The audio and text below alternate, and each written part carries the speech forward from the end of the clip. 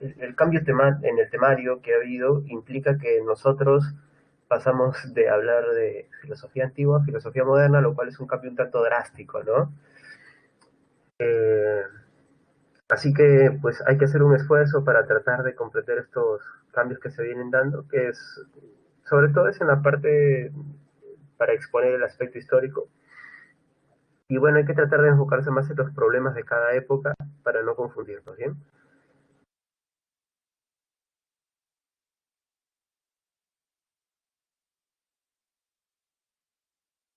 Listo, chicos, a ver, empecemos. Habíamos visto la clase pasada algunos problemas que nos habían planteado. Buenas tardes para todos, sí, les reitero mi saludo.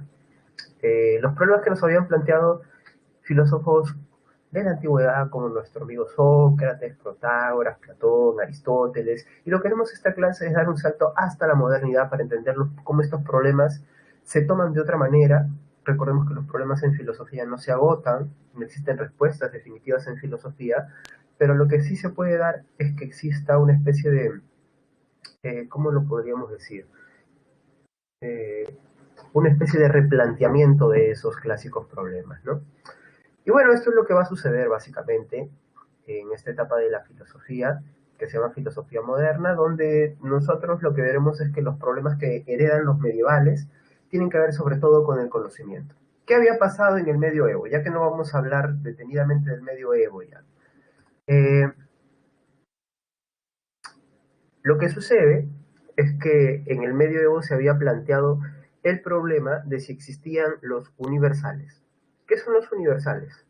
Según algunos medievales, existen algunos conceptos que rigen los objetos. Por ejemplo, este lapicero, ¿no es cierto?, que ustedes están viendo, sería, para poder existir, tendría que derivarse de un universal, que es la idea general del lapicero, en base a la cual se desarrolla o se construye, se elabora este lapicero, y así todos los objetos, incluidos la realidad natural, el ser humano, tendrían que derivar de Dios gracias a la existencia de unos conceptos universales que se llaman universales simplemente, ¿no?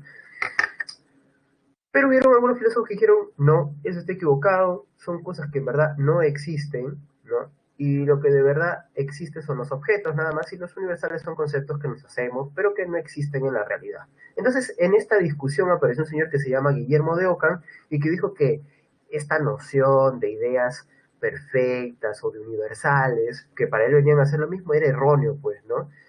Eh, Incidía él en el hecho de que la realidad está conformada sobre todo por materia y por cierta forma que tiene la materia, pero decía él que los universales no tienen una existencia real, sino solamente una existencia mental, por decirlo de alguna manera, ¿no? Él decía que solo era flatus vocis, ¿no es cierto? Cosas que salen de nuestra mente o de nuestras palabras, ¿no? Pero no era nada más que eso.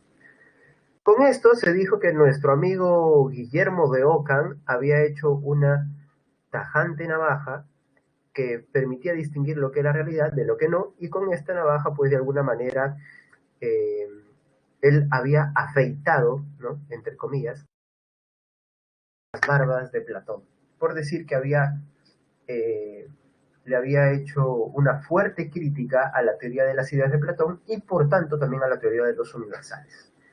La conclusión a la cual llega Guillermo de Ockham es la siguiente: si no existen los universales, no existen verdades últimas o conceptos últimos, sucede que la razón tiene límites. Y ya sabes lo que sucede en la historia de la filosofía. Cuando alguien le dice, papi, esto tiene límites, ¿qué es lo que hace? Lo explota más. Y eso es lo que va a pasar con la filosofía moderna, ¿no? La filosofía moderna iniciará con un movimiento, el llamado movimiento racionalista, que creerá que la razón humana lo puede todo o puede descubrirlo casi todo. Pero ahora el problema es argumentarlo, defenderlo. De hecho, esta apuesta por la razón ya se sentía en general en toda la filosofía moderna. Tanto el Renacimiento como el humanismo ya habían dado bastante fuerza al peso de la razón. Eh, Esto había hecho que de alguna manera sea pues la filosofía racionalista, la corriente racionalista, les pido perdón, es que está que mi diapositiva está que se mueve un poco, que la filosofía o la tendencia racionalista sea una consecuencia, podríamos verla como una consecuencia del Renacimiento y el humanismo que resaltaban las capacidades del ser humano y entre ellas la más destacada que es la razón, ¿no? Entonces, el racionalismo tiene que enfrentar esta desconfianza en la razón que nos ha dejado nuestro amigo Guillermo de Ockham. Y de hecho, el racionalista por excelencia le hará frente a estas ideas y tratará de argumentar eh, a favor de la posibilidad de que la razón nos permita acceder a conocimiento pleno de las cosas. ¿Cómo puede ser que la razón lo haga? Bueno, para empezar, recordemos que la diferencia entre el medioevo y la modernidad, la diferencia principal, reside en que, si bien no se ha dejado de creer en Dios en la modernidad, ojo, esto es importante, ¿eh? Muchos de los racionalistas, empiristas o el mismo Kant, que veremos más adelante, no han dejado de creer en Dios. El problema viene por el hecho de que el caso de ellos es que tienen que demostrar sus razonamientos sin apelar a Dios. Claro, puede entrar Dios en sus razonamientos, pero Dios ya no es el fundamento para explicar todo. Y esto era lo que sucedía en el medioevo. En el medioevo sucedía que Dios se usaba para explicar todo. ¿Por qué existe la libertad? Ah, ahí está Dios. ¿Por qué existe el hombre? Ahí está Dios. Entonces, lo que nosotros estamos viendo es que la filosofía moderna apuesta por fundamentar todo desde el ser humano, ya no desde Dios. Claro, se puede llegar a Dios, pero no vamos a fundamentar desde Dios. ¿Bien? Ahora, eh, el racionalismo de Descartes va en esa línea. Descartes, al igual que Ockham, se ha dado cuenta de que hay conocimiento inseguro y por tanto parece que nuestra razón no es tan potente como lo creíamos. Pero de lo que se va a dar cuenta Descartes es que el problema no es tanto eh, la razón, sino la manera en cómo la usamos. La usamos de manera descuidada, según él. Por eso que terminamos obteniendo ideas que son falsas. Esto hará que Descartes termine pues por plantearse algunas cuestiones respecto a cómo debemos conseguir verdades. ¿Qué son las verdades para Descartes? Son lo que él llama ideas claras y distintas respecto de todo lo que sucede en la realidad. ¿Bien? Ahora, ¿cómo obtengo ideas claras y distintas? Bueno, para obtener ideas claras y distintas, tú lo que necesitas es dudar de todo. Primero vamos a dudar de todo, porque si tú asumes algo sin demostrarlo racionalmente, después esto te puede llevar a error. Y si tú quieres tener un buen edificio de conocimiento, lo más importante son los pilares, las bases, las columnas. Entonces, lo que nos planteará Descartes en su famoso libro, El discurso del método, es que debemos dudar de todo aquello que se nos presenta. ¿Por qué de todo, profe? ¿Por qué no puedo confiar en algunas cosas? Por ejemplo, Descartes da 3 ejemplos, ¿no? El primer ejemplo es el de los sentidos. ¿Por qué no puedes confiar en tus sentidos? Profe, no puedo confiar en mis sentidos porque a veces los sentidos nos engañan. Claro, eso sería lo que diría Descartes. Por ejemplo, ¿no te ha pasado que alguna vez has viajado, ¿no es cierto? Ya sea transporte público, privado, en un día muy soleado y parece que el sol a lo lejos, ¿no es cierto? Al momento de iluminar, perdón, la carretera, parece que crea un charco, ¿no? ¿A algunos les ha pasado? ¿Lo ha visto? O de repente ya otro tipo de ilusión óptica, cuando, por ejemplo, pones una cuchara en un vaso con agua y ves que la cuchara parece que se dobla. Ese es un ejemplo que pone Descartes, por ejemplo, ¿no? O también este de acá, ¿no? Este ejemplo de acá, no sé si se vea, ¿no? ¿No? Esta ilusión óptica que nos enseñan desde pequeños. Bueno, no se ve bien en la cámara, ¿no? Creo que mi velocidad de internet tendría que ser más rápida para que ustedes lo puedan ver. ¿Lo pueden ver? Ahí está, ¿no? Aquí no le han hecho ese truco donde parece que el lapicero se dobla, ¿no? Sí, así es, también soy mago, chicos. Ahora, lo que sucede es que Descartes dice, ahí está, pues la prueba de que nuestros sentidos nos engañan. Pero ojo, no solo la vista, también el gusto, el olfato, el oído, ¿no es cierto? Como cuando pensaste que te dijo te amo, pero no te dijo te amo. Así, así. El oído también te engañó. Y también el tacto, ¿no es cierto? El tacto también te puede engañar. Pero el caso del tacto es que prefiero no dar ejemplos sobre el tacto, ¿sí? Ahora, el caso es que el racionalismo cartesiano no solamente duda de los sentidos, ¿no? No es tan platónico, sino que duda también de la razón. Ahora, para llegar a eso, nos dice Descartes lo siguiente. Imaginemos, ¿no es cierto?, que algunos de nosotros tiene un sueño nítido. ¿Alguna vez han tenido un sueño nítido? Les explico qué es un sueño nítido. Es un sueño en el cual tú crees que estás en la realidad y no estás en un sueño. No puedes determinar que estás en un sueño o en la realidad. Tú crees que estás en la realidad simplemente. ¿Bien? ¿Cómo te das cuenta que alguna vez en tu vida has tenido un sueño nítido? Pues alguna vez te puedes haber despertado llorando, te has despertado riéndote, alegre. De repente en ese sueño, ahí sí conseguías lo que siempre deseas, ¿no? Ella, él, lo que sea. Eh, Ahora, cuando hay un sueño nítido, dice Descartes, no hay manera de determinar cómo, cómo puedo discernir yo si estoy en la realidad o en el sueño. ¿Bien? Entonces, de acuerdo a Descartes, si nosotros atendemos a esta situación, nos daremos cuenta de que no hay criterio para discernir el estado de vigilia del sueño. Entonces, nuevamente, no tenemos herramientas que al parecer nos ayuden a determinar la verdad o la claridad de algunas circunstancias. Y como si esto fuese poco, no es que nuestra razón nos engañe, pero nuestra razón a veces es débil. Porque cuando estamos desatentos, cuando no estamos atentos a lo que sucede, nos confundimos rápidamente. Entonces, por ejemplo, alguien que en este momento no está del todo atento a la clase, alguien va a decir, profe, sí, Descartes dijo que tenemos sueños nítidos. No, no, espera, es un ejemplo que puso Descartes de alguna manera para tratar de ejemplificar algo, ¿no? Pero claro, si tú no estás atento, tu razón te engaña, confundes los términos y eso sucede. Por ejemplo, ¿no? Puede suceder que tú eres experto en algún tema, no sé qué tema podría ser pues, música, podría ser, no sé, deportes, artes marciales. Profe, yo soy un experto en influencers, en esto es guerra, también podría ser, ¿no es cierto, profe? Pregúnteme lo que sea de Nicola Porchela, yo se lo respondo, ahí está, eres un experto en algo. Y de pronto alguien te hace una pregunta difícil de contestar y por esas circunstancias que se dan cuando la razón no tiene todos los factores necesarios para trabajar de buena manera, das una respuesta errada. La gente va a pensar que no eres el experto que decías ser. Entonces, ¿qué es lo que esto comprueba? Según Descartes, esto es un hipotético, él no dijo que existiese, es un hipotético. Es como si existiese un genio maligno que te lleva al error. Según Descartes, es una especie de tendencia al error que tenemos los seres humanos. Por eso tienes que desconfiar de todo, ¿sí? En resumen, tienes que desconfiar de todo. Ahora, según Descartes, lo que tenemos que tratar de hacer es encontrar ideas claras y distintas después de dudar de todo. Y dice Descartes, ¿qué verdad puedo encontrar si estoy dudando de todo? Bueno, en este momento que estoy dudando de todo, que según yo no puedo asumir la existencia de nada, me doy cuenta de algo. ¿Qué cosa? De que estoy dudando. Estoy dudando, por tanto estoy pensando. Por tanto, en este momento existo. El pensamiento es la confirmación para Descartes de la existencia del yo, o del alma humana, si quieres. ¿Bien? Entonces, ya tengo un primer principio, una primera verdad. Pasamos a entender un poquito más a detalle lo que nos dijo nuestro amigo Descartes.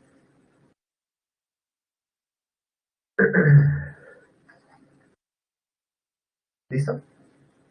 Ahora, perdón. Ya está demostrada la existencia de una sustancia. Chicos, pregunta, ¿les sucede a ustedes que alguna vez eh, que les han hablado de sustancia en filosofía se han imaginado un líquido, un gas, un elemento raro? ¿Pasa? Tengan cuidado con ese detalle, ¿eh?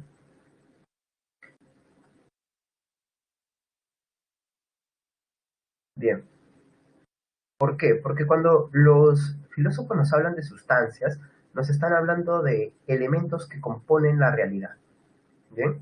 Entonces, por ejemplo, Descartes, como ya descubrió que sí existe algo, ¿sí? Ha descubierto que existe una sustancia pensante, él nos dice que esta sustancia pensante es la primera en ser demostrada y la que ayuda a demostrar otro tipo de sustancias. ¿Sí? Ahora, esta sustancia pensante, res cogitans, según Descartes, se encarga de estas funciones en el ser humano que son juzgar, razonar, todo lo que ustedes leen ahí. Pero también nos va a decir que es una sustancia que no ocupa un espacio, no es extensa, ¿sí? Que tenga algo de extensión significa que ocupa un espacio. Y según Descartes, esto no sucede con la sustancia pensante o con el alma. El alma no ocupa un espacio. En cambio, lo que sí ocupa un espacio es la sustancia o res extensa, que de alguna manera todo lo que es res extensa, todo lo que es materia, podríamos decir, funciona bajo una lógica mecanicista, porque la idea de Descartes es la idea mecanicista de los modernos, que hay una especie de diseñador inteligente que hizo que la naturaleza funcione como un conjunto de engranajes mecánicos, como si fuese un reloj todo. Entonces, el cuerpo humano también es eso para Descartes, ¿no? Es res extensa mecánica. Ahora, si esto funciona de esta manera, y ya tenemos dos sustancias, la pregunta es, ¿a qué acaban las sustancias para nuestro amigo Descartes? Bueno, según él, no. Lo que sucede es que nosotros también podemos llegar a demostrar la existencia de una tercera sustancia, lo que es la existencia de Dios o la sustancia divina o res infinita. ¿Cómo la demuestra nuestro amigo Descartes? Bueno, él apelará a un argumento que de hecho ya se había dado en el medioevo. ¿Cómo se llama este argumento? Argumento ontológico. Ustedes lo están viendo en este momento, ¿bien? Es más, lo pueden descargar. Ya saben cómo descargarlo, imagino que sí. Ya saben. No sean tan boomers, pues, chicos. Ahí está, miren. Ahí ven la flechita, lo pueden descargar. A ver, los leo rápidamente, ¿sí? Ya, a ver. Ahí, a ver, expertos en educación sexual. Ya, ya, ya, ya, ya, ya. Bien. Sí, Jordan, ¿podría entenderse la sustancia como esencia? Sí, creo que sí. ¿Ah? Es una manera de entenderlo. Es como un elemento que compone la realidad. Me dice Ciro, profe, creo que decía que estaba en la glándula pineal y esta es una contradicción cartesiana, pues, ¿no? Es ahí, no sé si te has dado cuenta, Ciro, pero eso sería una contradicción, porque si me dice que el alma no ocupa un espacio y me dice que está en la glándula pineal, entonces sí ocupa un espacio. Y sí, eso era lo que decía Descartes, que está en la glándula pineal, lo cual implica una contradicción de sus ideas, ¿no? Interesante.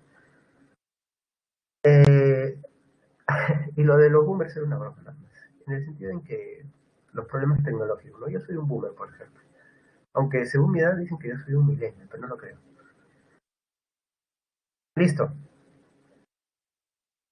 Ahora sí, continuemos con este argumento mediante el cual Descartes nos va a demostrar la existencia de una sustancia divina. Eh, a ver, empecemos. Según Descartes, todos los seres humanos, ojo que él ya demostró que existe algo que se llama la res cogitans, ¿sí? Ojo que eso ya lo demostró. Entonces, a ver, si el ser humano se pone a pensar, va a darse cuenta de que tiene una idea dentro de sí, que es la idea de la perfección. Según Descartes, todos tenemos esta idea de perfección porque de lo contrario no podríamos decir que algo se puede mejorar.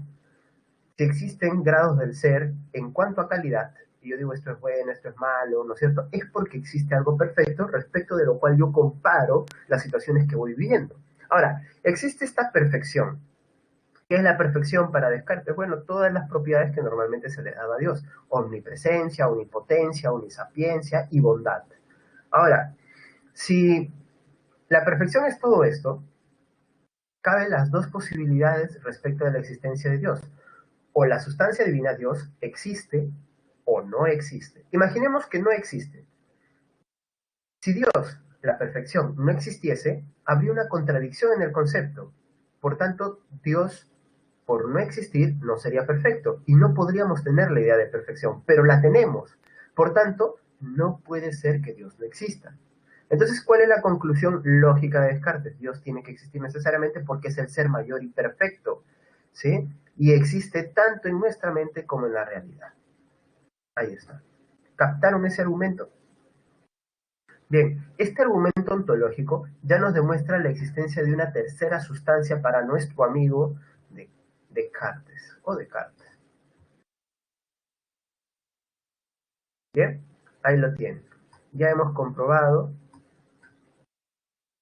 la existencia de la res infinita o sustancia divina. Ahora, miren que Descartes ya aplicó algo, solo que no nos hemos dado cuenta. Ya nos explicó que existen algunas cosas que nosotros tenemos desde pequeños, unas ideas que tenemos desde pequeños, unas ideas que nos han sido puestas, para decirlo de cierta manera. Estas ideas son lo que Descartes va a llamar ideas innatas. ¿Y cuáles son ejemplos de ideas innatas? Por ejemplo, la idea de perfección, que es Dios, la idea de el yo, ¿sí? Que es algo que tenemos desde pequeño porque nos referimos constantemente a nosotros mismos, y según Descartes, lo que se ha comprobado es que fuera de pueblos y culturas siempre existe un yo, ¿no? Siempre uno se refiere a un yo. Entonces es una idea innata, la idea del yo o del alma también, según Descartes. Otras ideas que pueden funcionar como ideas innatas, la idea de mundo, la idea de realidad, ¿sí? Es algo que también tenemos presente porque entramos en contacto con algo que no es nosotros, que no es nuestro yo, y es la realidad, entonces lo tenemos desde siempre. Y estas ideas que han sido puestas en nosotros son ideas innatas a las cuales la razón puede llegar y las cuales pueden servir de guía para el conocimiento, para el resto de ideas. ¿Y cuáles son el resto de ideas? Las que no están en ti desde tu nacimiento, sino que son aquellas que se te vienen dando por la experiencia. Por ejemplo, dos tipos de ideas que surgen así. La primera, las ideas adventicias. Las ideas adventicias son aquellas que tú adquieres a través de la experiencia sensible, ¿no es cierto? Tocas algo, ves algo, hueles algo y se te queda a ti esa idea. Esa ya es una idea adventicia. Ahora, tú coges varias ideas adventicias y puedes hacer ideas facticias. ¿Qué es facto? Creación. ¿Qué es adventos? De fuera. Entonces, tú tomas varias ideas que te han venido de fuera, usas la imaginación y elaboras ideas facticias. Por ejemplo, tomo la idea de círculo o la idea de circunferencia, tomo la idea de barras, de rectas, y entonces la idea de soporte y creo el carruaje, por ejemplo, ¿no es cierto? Tomo la idea de caballo, tomo la idea de un ser alado, el águila, por ejemplo, y creo al Pegaso. Ahí está. Entonces, ¿qué es esto? Estos son ejemplos de ideas facticias, porque si te das cuenta, lo que estoy haciendo es tomar ideas, las cuales yo he experimentado en algún momento, y obviamente a partir de eso empiezo a construir nuevas ideas.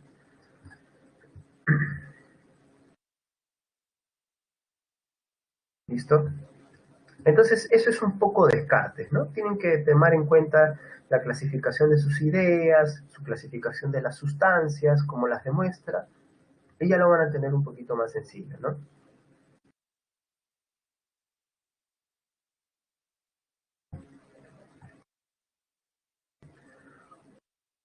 Bien, ¿listo? Vamos a pasar al siguiente filósofo.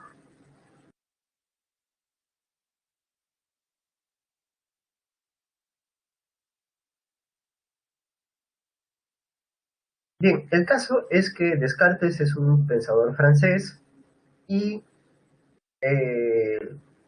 como pensador francés es por tanto también un pensador continental, y hay una distinción en filosofía entre pensadores continentales y peninsulares. ¿Quiénes son los peninsulares? Los ingleses, pues los que diríamos que antes pertenecían al Imperio Británico. Y tendremos asimismo a los pensadores continentales, que son pues los franceses, italianos, alemanes, holandeses, ¿sí? Todos los que están en el continente mismo.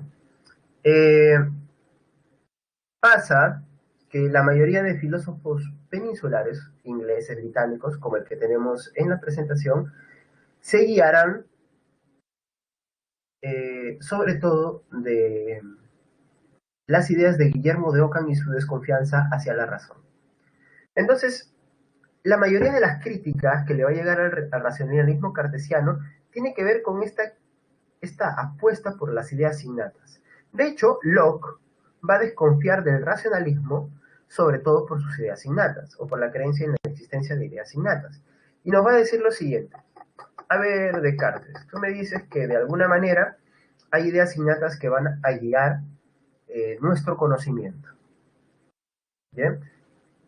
Lo que va a decir Locke es, entonces tendríamos que demostrar que esas ideas innatas efectivamente las tienen todos los seres humanos. La pregunta es, tomemos algunas ideas innatas. La idea de sustancia, la idea de alma, la idea de Dios. ¿Todos los seres humanos la tienen? Por ejemplo, si tú me hablas de idea de sustancia, tendría que existir la sustancia en tanto sostén del atributo color. Pero los colores, ¿todos los seres humanos tienen noción de color? Va a sonar esto a un mal chiste, pero a ver, pregúntale a un ciego cuál es su noción de color. De hecho, Locke lo pone de ejemplo. Aterriza la teoría de las ideas innatas y lo que va a decir es lo siguiente, pues no lo tienen, no tienen ellos esa noción. Y por tanto se demuestra que no existe la idea innata de color, por ejemplo. Pero así también podríamos decir que tampoco existen otras ideas innatas. Por ejemplo, la idea de Dios. Profe, pero casi todas las culturas han tenido la noción de una existencia divina. Muy bien, pero ¿qué dice Locke? ¿Las nociones de esta existencia divina son iguales entre sí? No. Entonces, ¿qué es lo que se comprueba? Que si para unos Dios es perfecto, para otros es imperfecto, etcétera, etcétera, ¿cuál es la conclusión? Dios no es el mismo para todos y por tanto no puede ser una idea innata, sino que es una idea que los pueblos se van formando respecto de entidades que están más allá de esta realidad. Entonces, Locke descarta todas las ideas innatas. Y si no tenemos ideas innatas, si no venimos con ciertas ideas previas, ¿qué es lo que dice Locke? Nosotros venimos a este mundo físicamente desnudos y mentalmente también calatitos. Calatito vienes a este mundo sin nada de conocimiento. ¿Y cómo es que se construye el conocimiento? Bueno, primero experiencia sensible y después el entendimiento empieza a jugar con esa experiencia sensible. ¿Cómo lo puedes entender de manera más precisa? Mira, tú vienes a este mundo como una tabula rasa, pizarra en blanco, y después vas a obtener lo que Locke llama ideas simples. ¿Qué son ideas simples? Ideas que nacen al momento en que tú entras en contacto con un objeto. Por ejemplo, con el objeto reloj, con el objeto lapicero, con el objeto cámara, con el objeto, a ver qué más tengo por acá, no sé, celular, ¿no es cierto? Aunque sea chino. Y entonces entras en contacto con todos esos objetos y ya tienes, pues, ideas simples que han quedado, digámoslo así, en tu intelecto. Ahora, ¿qué es lo que queda? Bueno, por delante lo único que tenemos es jugar con esas ideas simples y empezar a formar ideas compuestas. Junto, separo, comparo y así se forman las ideas compuestas. Es el entendimiento activo el que empieza a jugar un papel importante para formar estas ideas compuestas.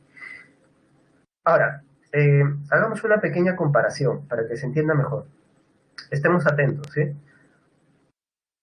Primero, comparemos Descartes con Locke. La pregunta es, ¿Descartes de alguna manera está diciendo que no tenemos conocimiento a través de los sentidos o sí?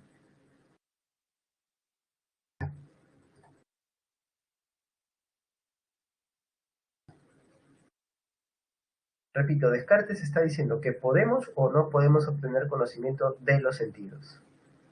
No se preocupen, no lo voy a publicar.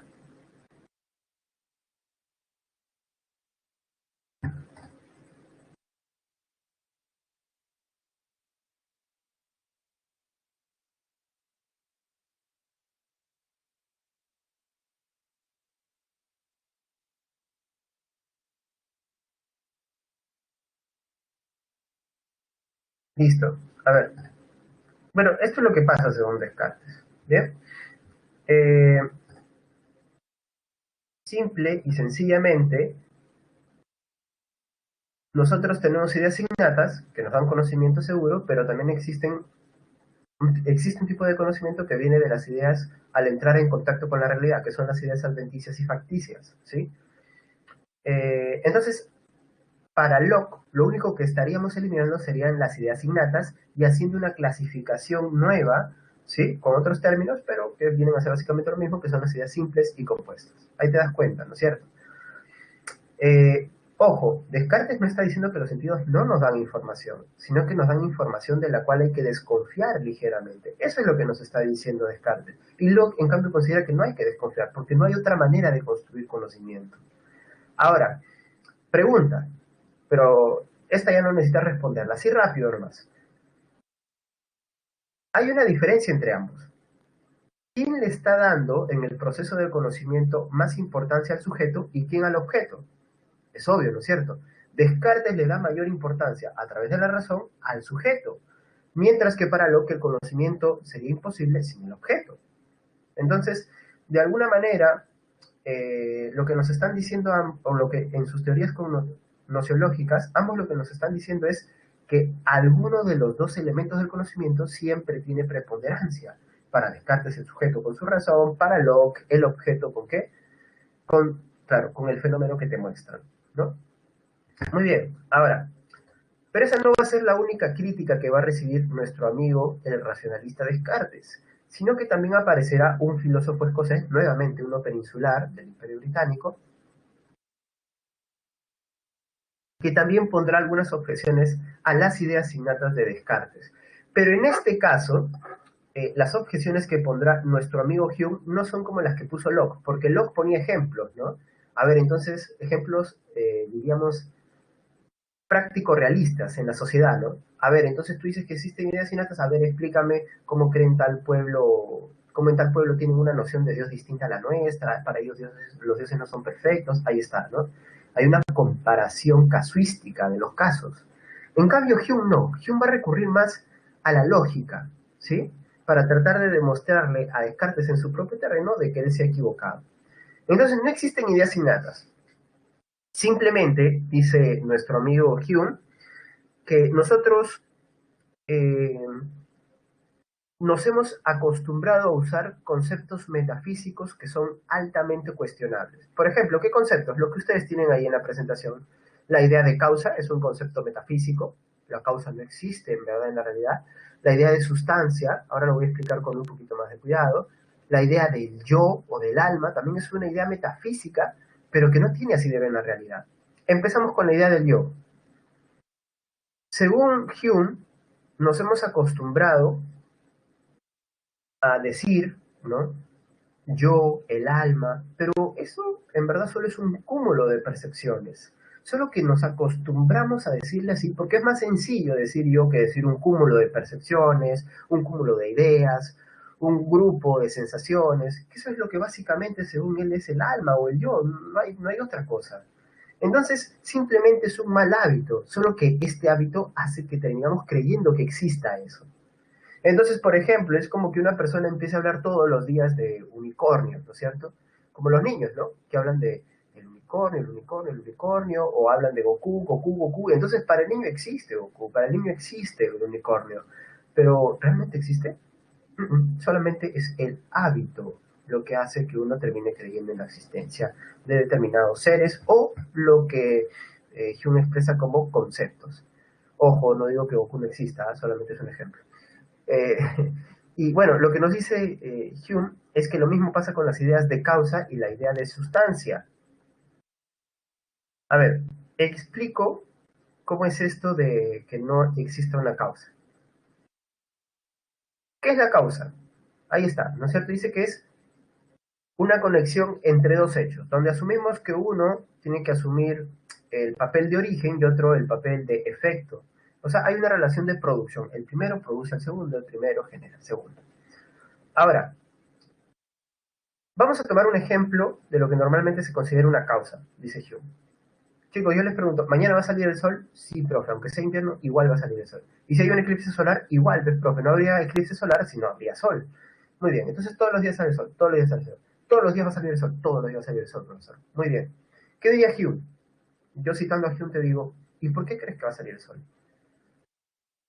¿Qué tendrías que decirme? Ah, profe, porque ayer salió el sol. Antes de ayer salió el sol, tras antes de ayer salió el sol. Y así en todos los días que yo he vivido y que otros seres humanos han vivido, ha salido el sol. Entonces, profe, es obvio que va a salir el sol. ¿Qué diría Hume? Claro, puede suceder un cataclismo cósmico universal que haga que mañana no salga el sol y que dejemos de existir. Entonces mañana no saldría el sol. Pero en otro ejemplo, imaginemos que tú solamente te has acostumbrado a ver perros pequeños, ¿sí? No sé, chihuahuas, o no sé, pues otros perros pequeños, ¿no? Pequineses, chitsus, lo que sea. Oye, también, tus perros criollos, pero chiquitos, ¿no? Y solamente estás acostumbrado a ver perros pequeños. Entonces alguien te dice, ¿tú crees que mañana puedas encontrar un perro grande? Perro grande no, papi, solamente hay perros pequeños, solo existen perros pequeños. En otras palabras, ¿qué es lo que te está diciendo Hume? Al igual en el sol, al igual con el ejemplo del sol, que con el ejemplo de los perros, lo que sucede es que nosotros nos acostumbramos y pensamos que se está generando un vínculo de causa-efecto, pero no hay relación causa-efecto. ¿Por qué tú me dices que si yo suelto este lápiz en este momento va a caer? ¿Por qué lo afirmas? Porque antes he visto caer objetos de manera similar. Así es, apelas a un razonamiento inductivo y por tanto solamente es probable que eso suceda. ¿Qué probable, profe? Si yo lo suelto igual sucede, pero también puede que no suceda, ¿no es cierto? Puede que venga un mago en este momento y haga flotar o haga levitar el lápiz y entonces dejó de suceder. ¿Por qué? ¿Cómo? No sé, pues ya tendría que explicarlo el mago. Pero si ustedes se dan cuenta, la relación causa-efecto solo nos hemos acostumbrado a ella por hábito, pero en verdad el concepto o la idea de causa no existe. Y lo mismo pasa con la idea de sustancia. ¿Qué es la idea de sustancia? El elemento, como por ejemplo en el caso de Descartes, que tiene ciertas propiedades. ¿Qué propiedades? Por ejemplo, si es la sustancia pensante, la res cogitans, las propiedades serían pensar, juzgar, imaginar, entender, comparar. Lo que diría, ¿no es cierto?, nuestro amigo Hume, es que para que para mí tenga sentido que existen estas propiedades, les creo una causa. Y me acostumbro a hablar de la causa, perdón, de la sustancia, la sustancia, la sustancia. ¿Pero la sustancia existe? No, pues, no existe la sustancia. Eh, por eso es que la idea que aparece en la presentación dice lo siguiente: las percepciones se sitúan en el nivel de las propiedades o atributos, no de la sustancia. Eso es lo que afirma Hume. O sea, solo existen atributos de los objetos, pero no existe una sustancia general que está detrás de todos los objetos.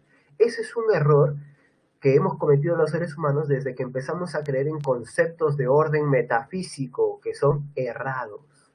¿Bien? Bueno, veo que están teniendo una discusión sobre el pensamiento inductivo con respecto de la gravedad, ¿no? Bueno, Hume podría también hacer algunas observaciones ahí, pero veo que lo están encaminando bien, están entendiendo que se puede poner en duda muchas cosas, ¿no? Claro, el verificacionismo sería un principio inductivo, ¿no? Un principio inductivo, y Hume lo estaría criticando, ¿no? De alguna manera, pero recordemos que Hume es antes al Círculo de Viena, ¿no?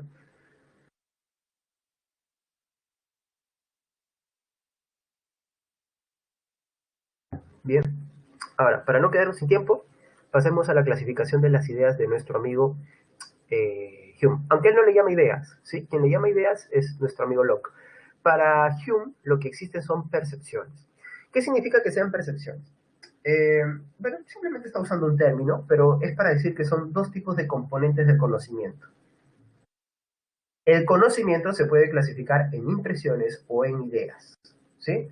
¿En qué se diferencian básicamente? En que unas aparecen primero que otras, unas suceden a las otras y que las primeras siempre van a ser más intensas. ¿Cuáles son las primeras? Las impresiones. Como por ejemplo, ustedes ya han dado su primer beso, si han dado su primer beso, entonces ya han tenido, perdón, una impresión de lo que es un beso, ¿no es cierto? Pero ustedes en este momento tienen una idea de lo que es un beso. Profe, todavía no doy mi primer beso. Genial, pon otra cosa, pon pues tu plato favorito. Cada vez que comes tu plato favorito tienes la impresión de ese plato que comes, que pruebas, con ciertas características. Hay mucha intensidad en eso. Pero ya luego, ¿no es cierto? Cuando recuerdas la última vez, por ejemplo, que comiste ese plato, la última vez que besaste, ya estás teniendo una idea. Porque la idea se basa en qué? En la imaginación y en el recuerdo, básicamente. Y en, claro, de alguna manera el intelecto a través de ello, ¿no?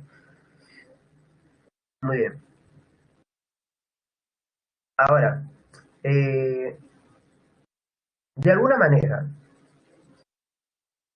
lo que nos está diciendo Hume es que las ideas, por lo mismo que son menos intensas y son producto de las impresiones, son más moldeables, pues las puedes manejar y puedes crear distintos tipos de conocimiento. ¿Cuál es el problema según Hume? El problema es que los racionalistas han terminado creyendo en conceptos que no vienen de las impresiones, pero ellos piensan que son impresiones, pero no son impresiones. La idea de causa, la idea de sustancia, la idea de yo, la idea de Dios, no son impresiones, no son impresiones, y por tanto no han existido en la realidad, pero yo he terminado creyendo en cosas que no existen en la realidad. Eso es básicamente lo que te dice nuestro amigo Hume. Ahora, vendrá alguien que de hecho era un racionalista. Este pensador alemán, Immanuel Kant, era racionalista, ¿sí? De hecho, era dogmático racionalista. Pensaba que la única vía para explicar el conocimiento era el racionalismo. Pero, en algún momento de su vida, leerá a un señor, un pensador inglés, que también duda de las ideas innatas y que demolerá, pues, los confiables cimientos de la teoría racionalista. Entonces, ¿a quién leyó? Leyó a Hume, pues. Leyó a David Hume, que de alguna manera hizo que Kant se dé cuenta de que el racionalismo también tenía sus defectos. Pero también se dará cuenta de que el empirismo también tiene los suyos. Entonces, ¿qué es lo que hará nuestro amigo Kant? Tratará de construir una teoría que explique el conocimiento de una manera acertada sin inclinarse por alguno de los dos bandos, ¿sí? A esta teoría él le va a llamar criticismo.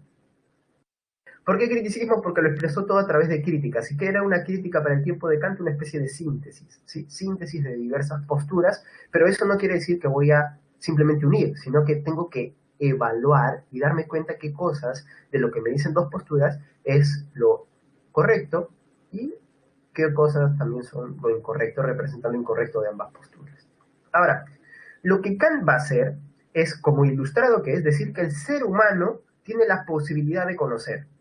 ¿Bien? Sí podemos conocer, no es un escéptico, sí podemos conocer.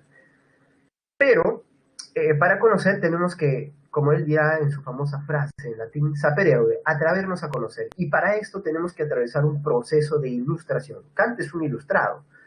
¿Qué nos dice el proceso de ilustración? Que tenemos que atravesar un puente que se llama ilustración, a través del cual vamos a empezar a pulir el uso de nuestra razón, de nuestra inteligencia, y llegaremos a un punto en el cual ya vamos a poder llamarnos ilustrados. Y ahí la humanidad va a ser más plena, porque todos vamos a poder relacionarnos de una manera racional. ¿Te das cuenta? Ahora, lo que plantea en el plano del conocimiento nuestro amigo Kant es lo siguiente. Ahora te lo muestro. Espero que pueda salir. No está. A ver, esperen un ratito, chicos. Voy a ver si logro hacer que cargue el archivo, ¿sí?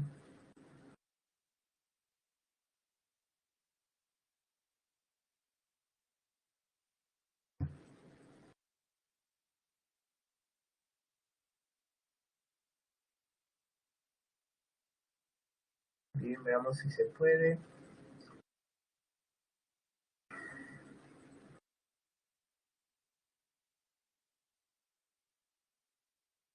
Ahí está. Listo, lo tenemos. Bien, lo que nos dice Kant con respecto al conocimiento, chicos, atentos en este caso a la presentación, es que si tú quieres saber cómo se conoce, tienes que entender cómo viene el ser humano al mundo y cómo se presenta frente a los objetos. Primero, atendamos al hecho de que el ser humano tiene, al momento de entrar en contacto con el objeto, tiene esto que se llama impresiones sensibles, en el sentido de Hume, ¿no? Que yo enfrento el objeto y este objeto ¡pac!, se queda impregnado en mí. Pero como se queda impregnado en mí, ¿sí? Este objeto, o la impresión del objeto, que sería más preciso, pasa por algo que todos los seres humanos tenemos. ¿Qué son esas dos cosas? Son prácticamente, vamos a decirlo así, dos estructuras a priori. Profe, ¿qué significa a priori? A priori significa antes de la experiencia. O sea, son estructuras con las cuales tú vienes a este mundo. Tú naces con estas estructuras. Por ejemplo, tenías las intuiciones sensibles a priori, que son lo que ustedes ven acá como espacio y tiempo. En otras palabras, ¿qué te dice Kant? Para tú poder ver un objeto y entenderlo, tienes que saber que el espacio y el tiempo no están fuera, sino están dentro, están en tu cabeza. Si no, ¿cómo podrías ordenar los objetos que tú vas percibiendo? Esas impresiones que se te vienen dando. No podrías. El espacio y el tiempo están dentro de ti. ¿Bien? Ahora, una vez que tú tienes esa impresión la tienes que ubicar espacio-temporalmente, y recuerda que el espacio y el tiempo están dentro de ti, y luego ya la tienes que clasificar en lo que Kant llama las categorías trascendentales. ¿Cómo es esto de las categorías trascendentales, según nuestro amigo Kant? Bueno, serían como estantes, ¿sí? Con muchas divisiones, donde tú puedes una vez ya pasadas por el filtro de la intuición sensible espacio-tiempo, tú puedes coger esas impresiones y ponerlas en esas categorías trascendentales. ¿Qué categorías trascendentales existen? Yo, el alma, sustancias, causas, efectos también, ¿no es cierto? Ahí está. Tú las vas agrupando. Y ya luego, la razón, una vez que ya ha pasado por estas dos estructuras, la razón sintetiza los datos y establece ideas trascendentales, que ya han pasado por esos filtros, y ahora ya puedo recién hablar de la existencia de ciertos términos. ¿Bien? Eh, Ahora, esto es lo que pasa en el sujeto. ¿Qué es lo que pasa con el objeto? El objeto, para Kant, tiene algunos detalles que hay que considerar. El objeto básicamente tiene dos formas, o perdón, tiene dos partes, diríamos, ¿sí? Primero está esa parte que todos podemos conocer, que de acuerdo a nuestro amigo Kant se llama fenómeno, ¿sí? Y esto es lo que se vuelve impresiones y llega hasta nuestras estructuras a priori, ¿sí? Hasta nuestra intuición o sensibilidad a priori, hasta nuestro entendimiento o categorías trascendentales. Y solamente nosotros podemos captar del objeto el fenómeno. Chicos, ¿cómo son los fenómenos? Cambiantes, imperfectos, se diferencian unos de otros, ahí está. Y los nóumenos, ¿sí? Pero esos nóumenos son distintos. ¿Por qué, profe? ¿Cómo que son distintos? El nóumeno pertenece a cada objeto y es algo así como el lado oscuro del objeto que se nos oculta. ¿Bien? Ese nóumeno hace que de alguna manera nosotros tengamos que afirmar que el ser humano puede conocer, pero solamente fenómenos. No conocemos el nóumeno, porque el nóumeno o la cosa en sí permanece oculta a la razón o al entendimiento humano. No sé si se terminó de captar esta idea. Si se capta esto, creo que ahora tranquilamente, chicos, miren, también pueden descargar esta diapositiva por si les resulta, es una imagen en verdad, ¿eh? Ahora, si podemos con ellos, también nosotros podemos, ¿no es cierto?, llegar a la idea, ¿no?, de que el conocimiento se basará en qué? En que el ser humano y el objeto entren en contacto. No hay conocimiento si no existen ni sujeto ni objeto, según Kant. Pero ahora te hago una pregunta. ¿Te acuerdas que con los empiristas habíamos visto que ellos le daban más énfasis al objeto y con los racionalistas se le daba más énfasis al sujeto? Te pregunto con Kant, ¿a quién se le da más énfasis?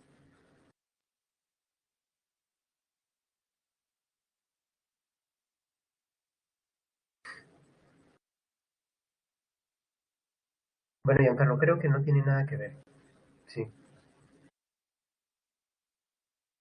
Según Kant, quien tiene mayor preponderancia en el conocimiento es nuevamente el sujeto. Esto es lo que se llamó el giro copernicano de Kant. ¿Por qué? ¿Por qué, profe? ¿Por qué el sujeto? Si él está diciendo que nosotros conocemos los fenómenos de los objetos.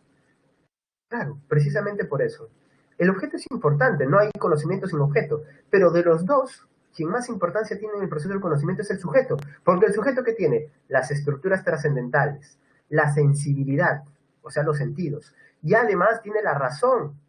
Entonces, es en el sujeto donde están la mayoría de elementos para poder construir conocimiento.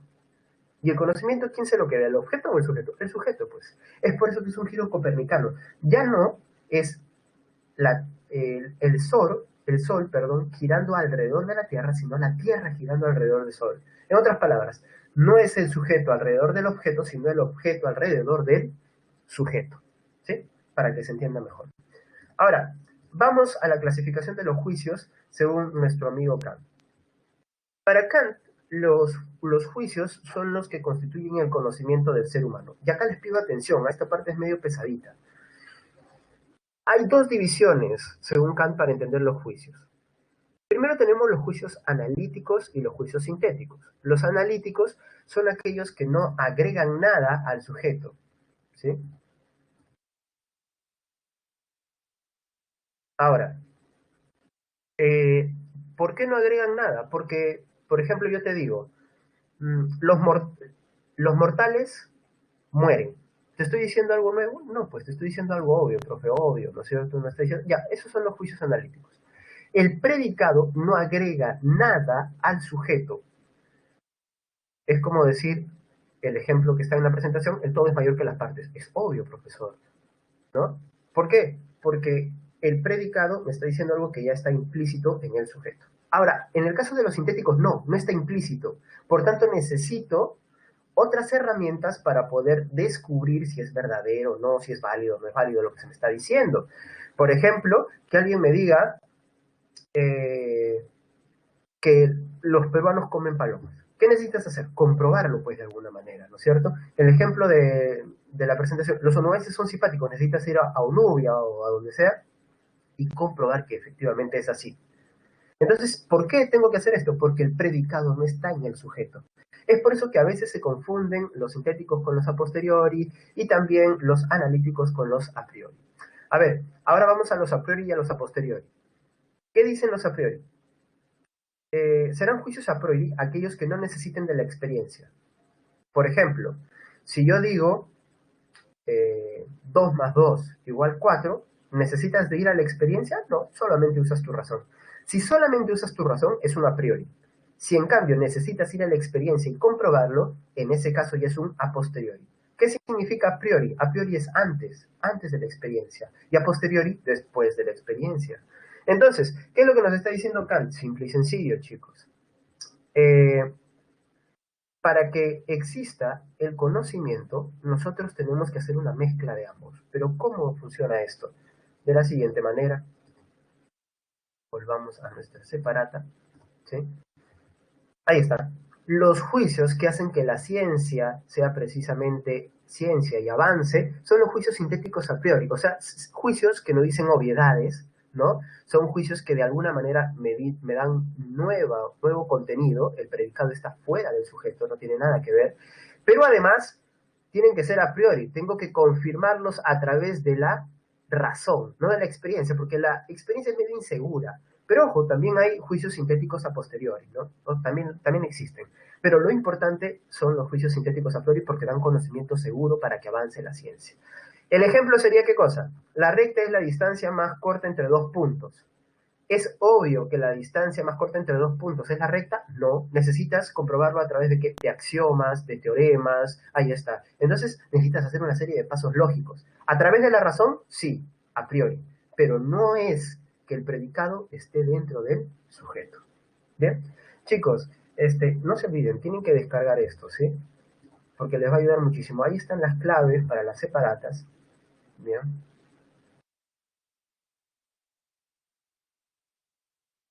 Y ahora les pido, chicos, que vayan contestando a la encuesta docente mientras yo voy atendiendo algunas dudas que se presenten en los pocos minutos que nos han quedado. Eh, Perdón, a ver. Ya saben cómo es la encuesta docente, ¿no? A, lo mejor, E, lo peor, ¿no? A, adoro al profesor, B, bien, profe, buena clase, C sería, caramba, profe, creo que tiene que mejorar algo, D sería deficiente, E sería, debería ser expulsado inmediatamente, ¿no?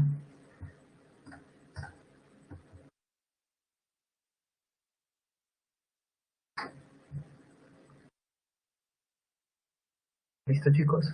Sí, yo entiendo que sea un poco complicado captar a Kant, sí, yo sí lo entiendo, porque yo también he sufrido en su momento, ¿no? Pero después, cuando uno ya le para un poquito la mano, sabe que Kant es bastante amable, en verdad. Brian, respondo a tu pregunta. ¿Solo las matemáticas son verdaderas? No, según Kant, también puede caber la posibilidad de que la física, ¿sí? Bueno, para su tiempo es la física básicamente, también llegue a ese tipo de verdades, ¿no? A los juicios sintéticos a priori. Que recordemos, son cosas nuevas que se pueden decir, pero que se demuestran a través de la razón, ¿no? Claro, si ustedes se han dado cuenta, Kant ha sintetizado efectivamente razón y sentidos, pero le sigue dando todavía mayor preponderancia al poder de la razón. Pero ojo, la razón tiene límites, ¿eh? Porque no podemos conocer el número, por ejemplo. Más ejemplos de a priori y a posteriori. Por ejemplo, si yo les digo el círculo, perdón, el triángulo tiene tres ángulos, ese sería un a priori. ¿Necesitas de la experiencia para comprobarlo? No, profe, es obvio, ¿no? Ya, si dices que es obvio, es un analítico y también puede ser un a priori. Y en cambio, si yo te digo, eh, los relojes marca Pepito son buenos, tendrías que ir a la experiencia y comprarte tu reloj Pepito y decir, sí, profe, tenía razón, ¿no? Y así, cualquier ejemplo que tenga que ver con una experiencia, entonces tendrías que ir pues a la experiencia misma para comprobar. Profe, en la cachina hay buenos celulares. Bueno, tendré que ir a la cachina. Ese es un a posteriori, ¿no? Y es un sintético también, porque me está diciendo algo nuevo, ¿no? Listo, chicos, aquí nos quedamos. Entonces, por favor, si tienen dudas, también pueden usar la plataforma que les ponen a disposición y por mi parte yo estoy dispuesto a atender sus dudas cada vez que ustedes lo deseen. ¿Listo?